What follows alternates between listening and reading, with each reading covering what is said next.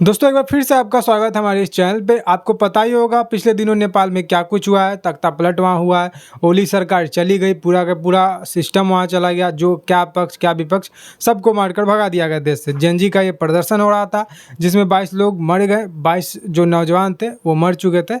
इसके भी आक्रोश था कुछ जेनजी में, और भ्रष्टाचार का तो आक्रोश था ही।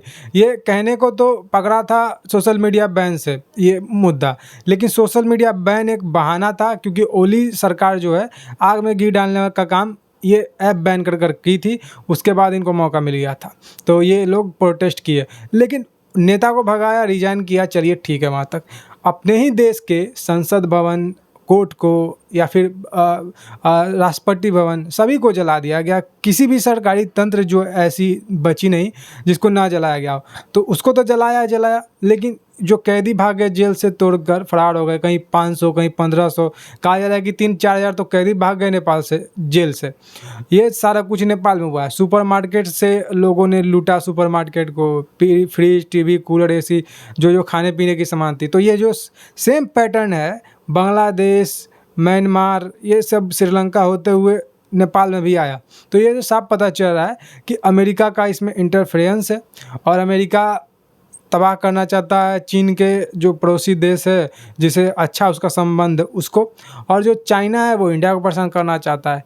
तो ये सारा कुछ जो है आपको पता होगा, लेकिन आपको ये चीज़ भी देखना चाहिए। जो भी नेपाल के जेनजी हैं, जो भी ये वीडियो देख पा रहे होंगे, मैं भी उनको कहना चाहता हूँ, अभी जो सरकार का विरोध था आपने किया, ठीक किया, सरकार रिजाइन दे दी, करना भी चाहिए, क्योंकि लोकतंत्र में बोलने का, आवाज़ उठाने का आपका हक है। क्योंकि 2008 में जो है राजशाही गई थी नेपाल में, उसके बाद से लोकतंत्र स्थापित हुआ था। तो बीते आप देखिए 17 से 18 साल में 15-16 बार सरकार बदल गई। तो इसमें कितना बड़ा लेवल का घोटाला हुआ है, जो कि राजशाही जाते हुए कम से कम 15 से 17 साल का वक्त हुआ, और इसमें सरकार भी बदल गई उससे दुगना बार। तो ये भ्रष्टाचार था कहीं ना कहीं। सरकार पे आपने गुस्सा उतारा, लेकिन किसी महिला को पीट देना मॉब लिंचिंग करके, किसी महिला को जला देना, उप प्रधानमंत्री की बीवी जल गई, मर गई जलकर, राजलक्ष्मी उनका नाम था। तो ये गलत है, ये चीज़ आपने किया। लेकिन अपने जो सरकारी तंत्र को फूका, उसका पैसा कौन भरेगा? कोई दूसरे देश से आके तो भरेगा नहीं, कोई किसी का नागरिक, कोई भी देश का। आपको अपना खुद देश के लिए योगदान देना पड़ेगा। योगदान आप ना चाहते हुए भी दे सकते हैं, क्योंकि आप जो टैक्स देंगे उसी के पैसों से वो जो आपने तबाही की है वो मरम्मत होगा। तो जो आप सोचे थे कि नौकरी मिलेगा, सरकार अच्छा व्यवस्था बनेगी, पहले तो आपका अच्छा व्यवस्था बनाने के लिए वहाँ का संसद बनेगा, राष्ट्रपति भवन बनेगा, जितना भी सरकारी कार्यालय था वो बनेगा। उसके बाद आपके देश को फोकस किया जाएगा। तो पहले तो कोई भी सिस्टम को बैठने के लिए, एक अच्छा डिसीजन लेने के लिए वहाँ जो चीज़ चाहिए उसी चीज़ पे आपने हमला कर दिया, संसद तक नहीं छोड़ा। किसी भी देश में ऐसा नहीं हुआ कि उसके संसद को जला दिया, राष्ट्रपति भवन को जला दिया, लेकिन नेपाल में हुआ, और नेपाल में बहुत भयानक हुआ, जो कि अभी बांग्लादेश में भी नहीं हुआ इतना बड़ा लेवल का। वहाँ पे भी ऐसे सरकारी संस्थाओं को जलाया नहीं गया था, तोड़फोड़ किया गया था, राष्ट्रपति भवन में घुसकर लूट-पुट किया गया था, लेकिन उसको आग नहीं लगाया गया था। तो यहाँ नेपाल में बड़े लेवल का हुआ, जो कि अब तक किसी भी देश में ना हुआ, वो नेपाल में हुआ। तो नेपाल के जो एक कह सकते हैं कि मंत्री गण थे, वो तो छोड़कर देश भाग गए, पैसा वो भरे हुए थे जेब में।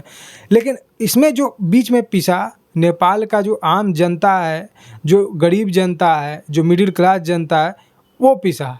तो ये चीज़ को सोचना चाहिए था, आपको रुक जाना चाहिए था जब ओली भाग गया, रिजाइन दे दिया। तो खैर ये तो नेपाल का मुद्दा हुआ, लेकिन जो नेपाल में, बांग्लादेश में, जो पाकिस्तान में, म्यांमार में हुआ, वही सारा कुछ यहाँ के भी जो मंत्री है वो चाहते हैं, वो तड़फड़ा रहे हैं कि यहाँ पे क्यों नहीं हो रहा है।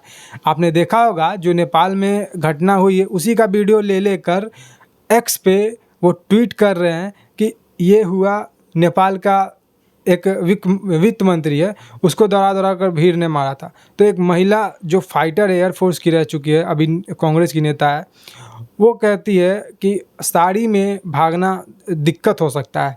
तो ये किसके लिए कहा गया था? ये जाहिर सी बात है इंडिया के वित्त मंत्री निर्मला सीतारमण के बारे में क्या कहा गया था। ये सारे कुछ आपने देखा होगा एक्स पे, और कैसे जो कांग्रेस के इंडी गठबंधन के जो चाटू काटता है वो और इस बात को सपोर्ट भी कर रहे हैं। इस देश में जो पब्लिक है वो समझदार है, लेकिन उसको फिर भी आप भड़काए जा रहे हैं।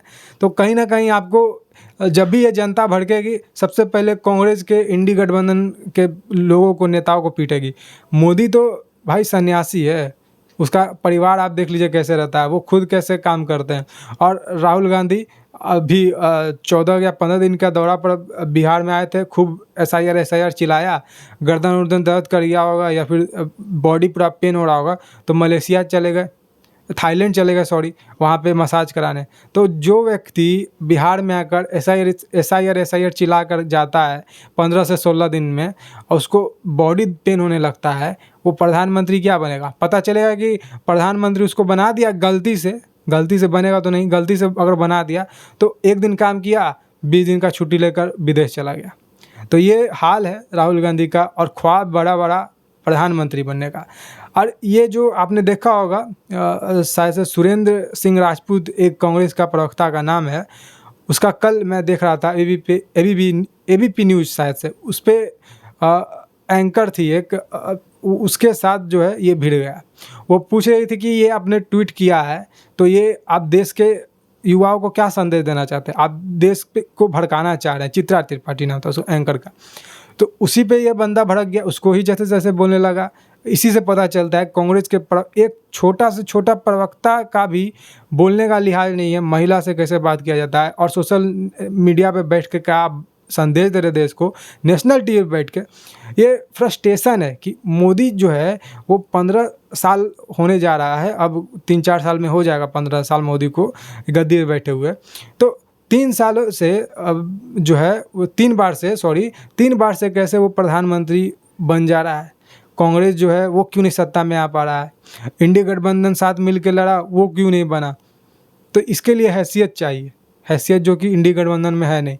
मतलब एक आदमी देखिए, जो सोने का चम्मच लेकर पैदा हुआ, राहुल गांधी, वो सोने का चम्मच लेकर पैदा हुआ, महलों में रहता है। तो उसका ये मतलब मानसिकता है कि जब मेरा दादी नाना और खुद बाप इस देश पे राज किया, प्रधानमंत्री बनी, तो मैं क्यों नहीं बन सकता हूँ? मेरा भी अधिकार है।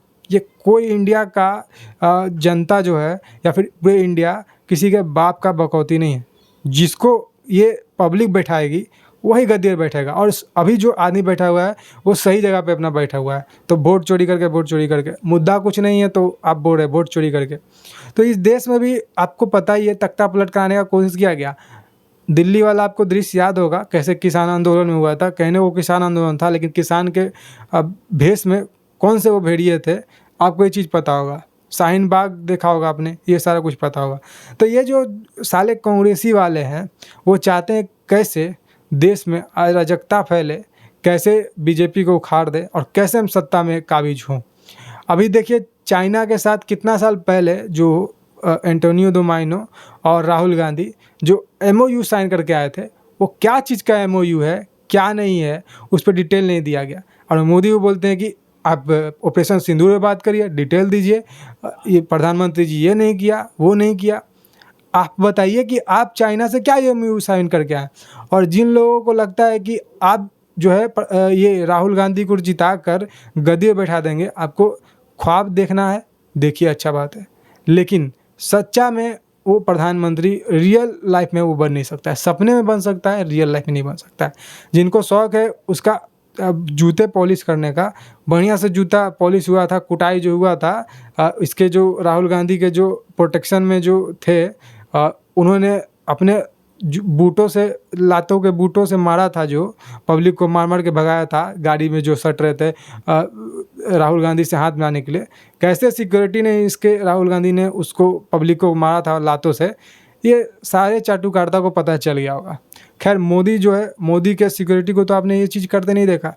तो ये सारा कुछ है, फ़र्क होता है। आदमी एटीट्यूड में जो होता है उसका भी पता चलता है, और जो साधारण है उसका भी पता चलता है। लेकिन इस देश में कैसे अराजकता फैलाने की कोशिश हो रहा है, आपने देखा। संजय राउत का ट्वीट देखा, मतलब एक लिस्ट ही है।